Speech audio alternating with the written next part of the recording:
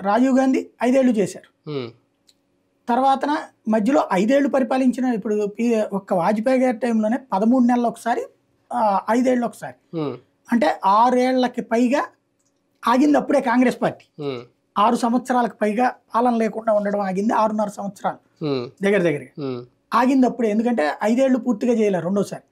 4.5 ఏళ్ళు, ఇది ఒక ఏడాదిన్నర, అంటే 5.5 + 3, 5 సంవత్సరాలు 9 నెలలు చేసినట్టు అయింది వాజ్పేయి గారు. అది తప్ప అంతకాలం పరిపాలనలో లేనిదే అంతకుముందు ఎప్పుడూ లేదు కాంగ్రెస్ పార్టీ. 5 సంవత్సరాలు 9 నెలలు పరిపాలనలో లేకపోవడం అన్నట్టు.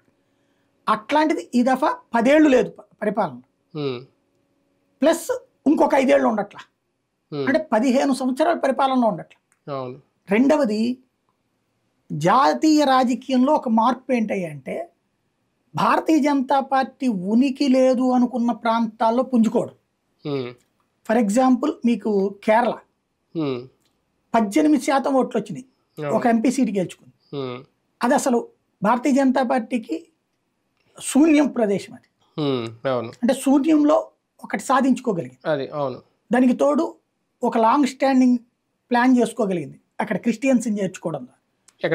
కేరళలో కమ్యూనిస్టుల ప్రాంతం కదా, అక్కడ క్రిస్టియన్స్ ఇప్పుడు బీజేపీని నమ్మడం ప్రారంభించారు.